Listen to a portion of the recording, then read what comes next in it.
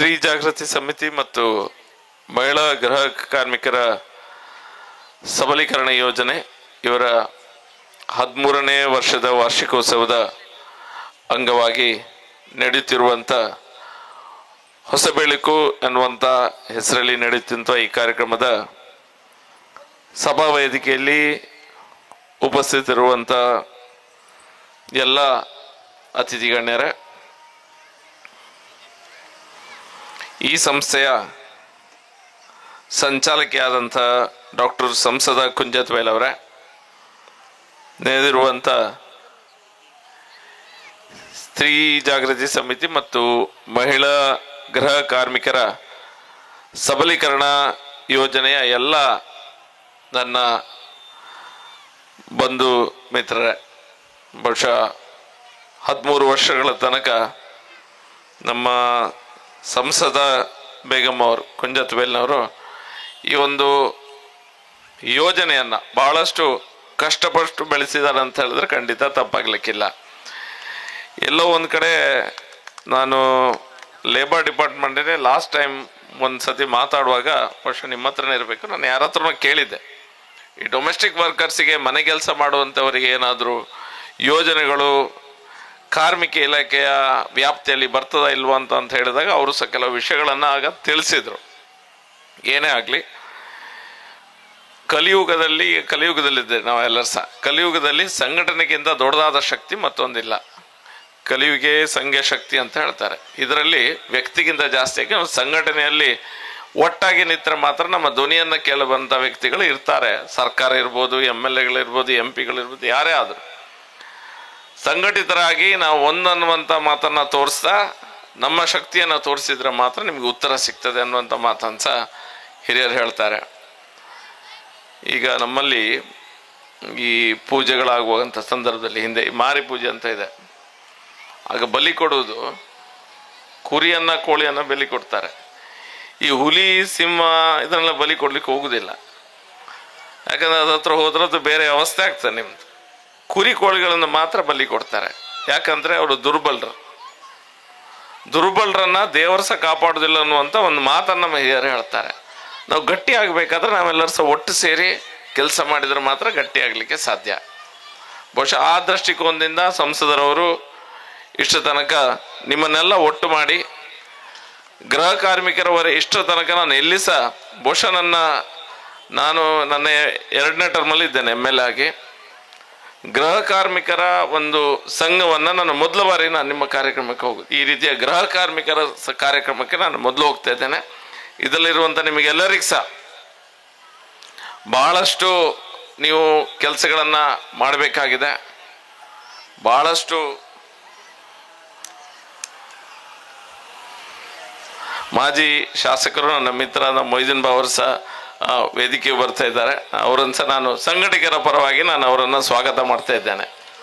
ಮಂಗಳೂರು ಉತ್ತರ ವಿಧಾನಸಭಾ ಕ್ಷೇತ್ರ ವ್ಯಾಪ್ತಿಯ ಮಾಜಿ ಜನಪ್ರಿಯ ಶಾಸಕರಾದಂತಹ ಡಾಕ್ಟರ್ BA ಮೊಯ್ದೀನ್ ಬಾವ್ ಅವರು ಈ ಒಂದು ಕಾರ್ಯಕ್ರಮಕ್ಕೆ ಆಗಮಿಸಿದ್ದಾರೆ. ಅವರನ್ನು ಬಹಳ ಪ್ರೀತಿಪೂರ್ವಕವಾಗಿ ಈ ಒಂದು ಕಾರ್ಯಕ್ರಮಕ್ಕೆ ಸ್ವಾಗತವನ್ನು ಬಯಸ್ತಾ ಇದ್ದೇವೆ. ಇವರಿಗೆ ಶಂಷಾದ್ ಅವರು ಹೂವನ್ನು ನೀಡಿ ಸ್ವಾಗತಿಸಬೇಕಾಗಿ ಕೇಳಿಕೊಳ್ತಾ ಇದ್ದೇನೆ.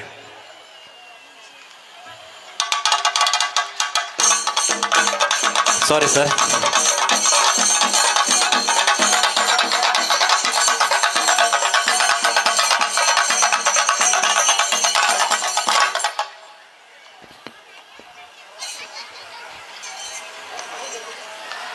ರಾಜಕೀಯವಾಗಿ ನಾವು ಎದುರುಗಳೇ ಆಗಿದ್ರು ಸಹ ಈಗ ಎಲ್ಲೋ ಕಡೆ ಒಂದು ಕಡೆ NDAಯಲ್ಲಿ ಒಟ್ಟಿಗೆ ಇದ್ದೇವೆ.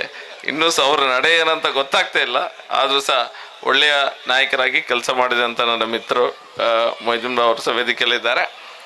ಇದೇ ರೀತಿಯಲ್ಲಿ ನಾನು ಹೇಳಿದ ಹಾಗೆ ಗೃಹ ಕಾರ್ಮಿಕರು ಮನೆಯಲ್ಲಿ ಕೆಲಸ ಮಾಡುವಂಥ ಹೆಚ್ಚಾಗಿ ಮಹಿಳೆಯರು, ತಾಯಂದಿರು ಜಾಸ್ತಿ. ಇದರಲ್ಲಿ ಈ ಕೆಲಸದಲ್ಲಿ ತೊಡಗಿಸಿದಂಥ ತಾಯಂದಿರ ಜಾಸ್ತಿ.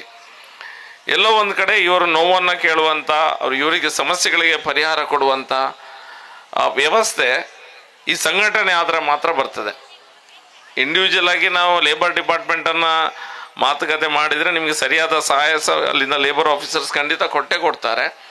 ಆದರೆ ನೀವು ಒಂದು ಸಂಘಟನೆಯ ಒಂದು ಭಾಗವಾಗಿ ಈ ಕೆಲಸವನ್ನು ಮಾಡಿದರೆ ನಿಮ್ಮ ನೋವನ್ನು, ನಿಮ್ಮ ಸಮಸ್ಯೆಗಳನ್ನು ಕೇಳುವಂಥ ಒಂದು ವ್ಯವಸ್ಥೆ ಖಂಡಿತ ಸುಲಭ ಆಗ್ತದೆ. ಕಟ್ಟಕಡೆಯ ವ್ಯಕ್ತಿಯ ಕಣ್ಣೀರೋರಿಸ್ಬೇಕೆಂಬಂಥ ಪ್ರಯತ್ನ ಸರ್ಕಾರ ಇರ್ಬೋದು, ಸರ್ಕಾರದ ಅಧಿಕಾರಿಗಳು ಇರ್ಬೋದು, ಪ್ರಯತ್ನ ನಿರಂತರ ಇದ್ದೇ ಇರ್ತದೆ. ಆದರೆ ನೀವೆಲ್ಲರೂ ಸಹ ಗೊತ್ತಿಲ್ಲ ಎಷ್ಟು ಜನ ಸಂಖ್ಯೆಯಲ್ಲಿ ಇವತ್ತು ಬಂದಿದ್ರಂತ, ಸಾಧಾರಣ 1,000 ಜನ ಮೆಂಬರ್ಸ್ ಖಂಡಿತ ಈ ಸಂಸ್ಥೆಯಲ್ಲಿದ್ದಾರೆ. ಇವತ್ತು ಎಷ್ಟು ಜನ ನೀವು ಹಾಜರಲ್ಲಿ ಇದ್ದಾರೆ ನನಗೆ ಗೊತ್ತಿಲ್ಲ. ಆದರೂ ಸಹ ಇದು ಒಂದು ಒಳ್ಳೆಯ ಬೆಳವಣಿಗೆ. ಸಂಸದರವರು ನಮ್ಮ ಏನು ಕೆಲಸ ಮಾಡ್ತಿದ್ರು ಒಳ್ಳೆ ಕೆಲಸ. ಈ ರೀತಿಯ ಸಂಘಟನೆ ನೀವು ಜಾಸ್ತಿ ಇನ್ನೂ ಸಹ ಮಾಡಿ ಅವರ ನೋವಿಗೆ ಅಥವಾ ಅವರ ಧ್ವನಿಗೆ ಶಕ್ತಿಯಾಗುವಂಥ ಪ್ರಯತ್ನ ನೀವು ಖಂಡಿತ ಮಾಡಿ. ಶನಿವಾರ ಆದಿತ್ಯವಾರ ಆದ ಕಾರಣ ನಮ್ಮ MLAಗಳಿಗೆ ಒಟ್ಟಾರೆ ಕಾರ್ಯಕ್ರಮ ಇರ್ತದೆ. ನಾನು ಭಾಳ ಇದನ್ನು ನಂಗೆ ಗೊತ್ತಿದ್ದು ಗೃಹ ಕಾರ್ಮಿಕರು ಇರುವಂಥ ವ್ಯವಸ್ಥೆ ಅಂತ, ಅದಕ್ಕೋಸ್ಕರ ನಾನು ನಿಮ್ಮೊಂದಿಗೆ ಇದ್ದೇನೆ ಅನ್ನುವಂಥ ವಿಷಯವನ್ನು ತಿಳಿಸ್ಲಿಕ್ಕೋಸ್ಕರ ನಾನು ಇಲ್ಲಿ ಬಂದಿದ್ದೇನೆ. ನಿಮ್ಮದು ಯಾವುದೇ ಸಮಸ್ಯೆ ನನಗೆ 2-3 ವಿಷಯ ಕೊಟ್ಟರು, ನಾನು ನೋಡ್ತೇನೆ. ಖಂಡಿತ ಅಕ್ಕ ಕೊಟ್ಟಂಥ ಏನು ಆ್ಯಕ್ಟನ್ನು ಚೇಂಜ್ ಮಾಡಬೇಕು, ಒಂದು ಸ್ಟೇರಿಂಗ್ ಕಮಿಟಿಯನ್ನು ಮಾಡಿ ಲಾನ್ಸನ್ನು ಫ್ರೇಮ್ ಮಾಡಬೇಕು. ಯಾವ ರೀತಿಯಾಗಿ ಗೃಹ ಕಾರ್ಮಿಕರ ಸಮಸ್ಯೆಗಳಿಗೆ, ಡೊಮೆಸ್ಟಿಕ್ ವರ್ಕರ್ಸ್ ಯಾರಿದ್ದಾರೆ ಅವರ ಸಮಸ್ಯೆಗಳಿಗೆ ಯಾವ ರೀತಿಯ ಕಾನೂನನ್ನು ನಾವು ಮಾಡಬೇಕು ಅನ್ನುವಂಥದ್ರ ಬಗ್ಗೆ ಭಾಳ ಕಾಳಜಿಯಿಂದ ಅವರು ಹೇಳಿದ್ದಾರೆ. ಖಂಡಿತ ನನ್ನ ಕಡೆಯಿಂದ ನಾನು ಯಾವ ರೀತಿಯ ಪ್ರಯತ್ನ ಮಾಡಬೇಕು ಖಂಡಿತ ನಾನು ಪ್ರಯತ್ನ ಮಾಡೇ ಮಾಡ್ತೇನೆ. ಅದರೊಂದಿಗೆ ಮೇಡಮ್ ಅವರು ಸಹ ಜಾಗ ಬೇಕನ್ನುವಂಥ ಮಾತನ್ನು ಹೇಳಿದ್ರಿ. ಜಾಗಕ್ಕೆ ಬಹುಶಃ ಅದಕ್ಕೆ ಸ್ವಲ್ಪ ಬೇರೆ ಬೇರೆ ಟೆಕ್ನಿಕಲ್ ಸಮಸ್ಯೆಗಳೆಲ್ಲ ಇರ್ತದೆ.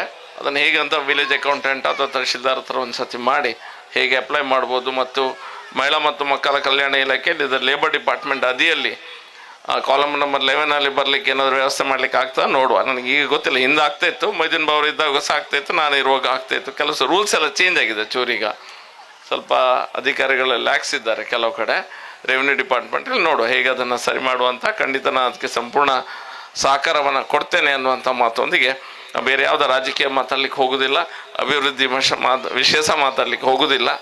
ಆದರೆ ನಿಮಗೇನಾದರೂ ಸಮಸ್ಯೆಗಳಿದ್ದರೆ ಲೇಬರ್ ಡಿಪಾರ್ಟ್ಮೆಂಟ್ ಇಲ್ಲ, ಅಲ್ಲಿ ನಿಮಗೆ ಸಮಸ್ಯೆಗೆ ಪರಿಹಾರ ಕೊಡ್ತಾರೆ.